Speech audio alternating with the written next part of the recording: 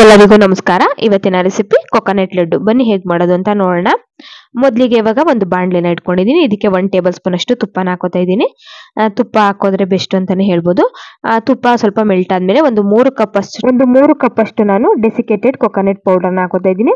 ಹೊರಗಡೆ ಮಾರ್ಕೆಟ್ ಅಲ್ಲೆಲ್ಲ ಸಿಗುತ್ತೆ, ಅದನ್ನ ಹಾಕೊಂಡು ಲೋ ಫ್ಲೇಮ್ ಅಲ್ಲಿ ಇಟ್ಕೊಂಡು ಚೆನ್ನಾಗಿ ಫ್ರೈ ಮಾಡ್ಕೋಬೇಕಾಗುತ್ತೆ. ಹೈ ಫ್ಲೇಮ್ ಅಲ್ಲಿ ಇಟ್ಕೊಂಡು ಹುರ್ಕೊಳ್ಳಿಕ್ ಹೋಗ್ಬೇಡಿ, ಯಾಕೆಂದ್ರೆ ಕೊಕೊನಟ್ ಪೌಡರ್ ಎಲ್ಲ ಕಪ್ಪಾಗ್ಬಿಡುತ್ತೆ, ಚೆನ್ನಾಗಿ ಬರಲ್ಲ ಸ್ವೀಟು ಅಂತಾನೆ ಹೇಳ್ಬೋದು. ಲೋ ಫ್ಲೇಮ್ ಅಲ್ಲಿ ಇಟ್ಕೊಂಡು ಇಷ್ಟ ಆದ್ರೆ ಸಾಕು. ಇವಾಗ ಇದನ್ನ ಒಂದು ಬೌಲ್ಗೆ ಎತ್ತಿಟ್ಕೋತಾ ಇದ್ದೀನಿ. ನೋಡ್ತಾ ಇರ್ಬೋದು ಫ್ರೈ ಆಗಿರುವಂತ ಕೊಕೊನಟ್ ಪೌಡರ್ನ ಒಂದು ಬೌಲ್ಗೆ ಎತ್ತಿಕೋತಾ ಇದ್ದೀನಿ. ಅದೇ ಪ್ಯಾನ್ಗೆ ನಾನು ಒಂದ್ 2 ಕಪ್ ಅಷ್ಟು ಹಾಲನ್ನ ಹಾಕೋತಾ ಇದ್ದೀನಿ. ಹಸಿ ಹಾಲನ್ನಾದ್ರೂ ಹಾಕೊಳ್ಳಿ ಅಥವಾ ಕಾಯಿಸಿರೋ ಹಾಲು ಇದ್ರೆ ಕೂಡ ಹಾಕೋಬಹುದು. 3 ಕಪ್ಗೆ 2 ಕಪ್ ಹಾಲು ಹಾಕೊಂಡ್ರೆ ಸಾಕಾಗುತ್ತೆ.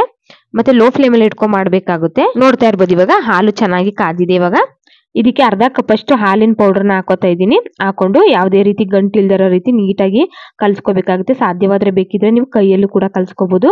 ಗಂಟಾಗ್ಬಿಟ್ರೆ ಚೆನ್ನಾಗಿ ಬರಲ್ಲ ಸ್ವೀಟು. ಇವಾಗ ನೋಡ್ತಾ ಇರ್ಬೋದು ಆಲ್ಮೋಸ್ಟ್ ಚೆನ್ನಾಗಿ ಕಲ್ಸ್ಕೊಂಡಿದ್ದೀನಿ.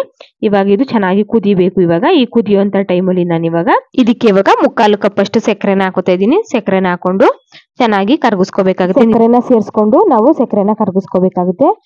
ಇದೇ ಮೆಜರ್ಮೆಂಟ್ ಅಲ್ಲಿ ಮಾಡಿದ್ರೆ ಸ್ವೀಟ್ ಚೆನ್ನಾಗಾಗುತ್ತೆ ಅಂತಾನೆ ಹೇಳ್ಬೋದು. ಕೊಕೊನಟ್ ಲಡ್ಡು ತುಂಬಾ ಸ್ವೀಟ್ ಆಗ್ಬಿಟ್ರೆ ಲಡ್ಡು ಚೆನ್ನಾಗಿರಲ್ಲ ತಿನ್ನೋದಿಕ್ಕೆ. ಸ್ವಲ್ಪ ಮೀಡಿಯಂ ಆಗಿ ಸಿಹಿ ಇದ್ರೇನೆ ಸರಿ ಅಂತಾನೆ ಹೇಳ್ಬೋದು.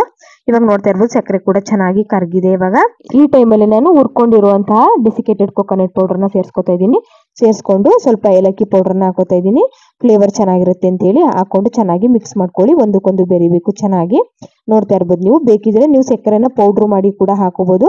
ಹಾಗೆ ಹಾಕೋದಿಕ್ಕೆ ಇಷ್ಟ ಇಲ್ಲ ಅಂದ್ರೆ ಪೌಡ್ರ್ ಕೂಡ ಮಾಡಿ ಹಾಕೋಬಹುದು. ಹಾಕೊಂಡು ಲೋ ಫ್ಲೇಮ್ ಅಲ್ಲಿ ಇಟ್ಕೊಂಡು ನೋಡ್ತಾ ಇರ್ಬೋದು ಒಂದಕ್ಕೊಂದು ಬೆರೆಯೋ ರೀತಿ ಚೆನ್ನಾಗಿ ಮಿಕ್ಸ್ ಮಾಡ್ಕೋತಾ ಇದ್ದೀನಿ. ಹಾಲಿನ ಅಂಶ ಎಲ್ಲ ಕಮ್ಮಿಯಾಗಿ ನಮ್ಗೆ ಚೆನ್ನಾಗಿ ಗಟ್ಟಿಯಾಗಬೇಕು. ನಮ್ಗೆ ಅಲ್ಲಿ ತನಕ ನಾವು ಚೆನ್ನಾಗಿ ಫ್ರೈ ಮಾಡ್ಕೋಬೇಕಾಗುತ್ತೆ. ಹಾಗೆ ನೀರಿನ ಅಂಶ ಕಮ್ಮಿ ಆಗಿದೆ, ಸ್ವಲ್ಪ ಉದುದ್ರ ತರ ಆಗ್ತಾ ಇದೆ ಹಿಟ್ಟು. ಇಷ್ಟ ಆದ್ರೆ ಇವಾಗ ಸಾಕು. ಇದನ್ನ ಒಂದು ಪ್ಲೇಟ್ಗೆ ಹಾಕೋತಾ ಇದ್ದೀನಿ.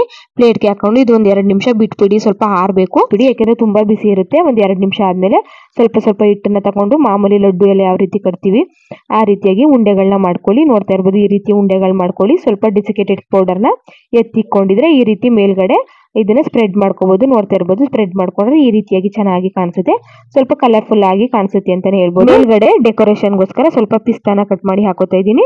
ಆಪ್ಷನ್ ಅಲ್ಲೂ ಇದ್ರೆ ಹಾಕೊಳ್ಳಿ, ಇಲ್ಲ ಸ್ಕಿಪ್ ಕೂಡ ಮಾಡ್ಬೋದು. ನೋಡ್ತಾ ಇರ್ಬೋದು ಯಾವ ರೀತಿಯಾಗಿ ಕಾಣಿಸ್ತಾ ಇದೆ ಅಂತ. ತುಂಬಾನೇ ಚೆನ್ನಾಗಿರುತ್ತೆ, ಬೇಗನೆ ಮಾಡ್ಕೊಳ್ಳುವಂತ ಸ್ವೀಟ್ ಅಂತಾನೆ ಹೇಳ್ಬೋದು. ಒಂದ್ಸಲ ಟ್ರೈ ಮಾಡಿ, ನೀವು ಇಷ್ಟಪಡ್ತೀರಾ. ರೆಸಿಪಿ ಇಷ್ಟ ಆಗಿರೋ ಲೈಕ್ ಮಾಡಿ, ಶೇರ್ ಮಾಡಿ, ಕಮೆಂಟ್ ಮಾಡಿ. ಮತ್ತೆ ಸಿಗ್ತೀನಿ ಮುಂದಿನ ವಿಡಿಯೋ ಜೊತೆಗೆ.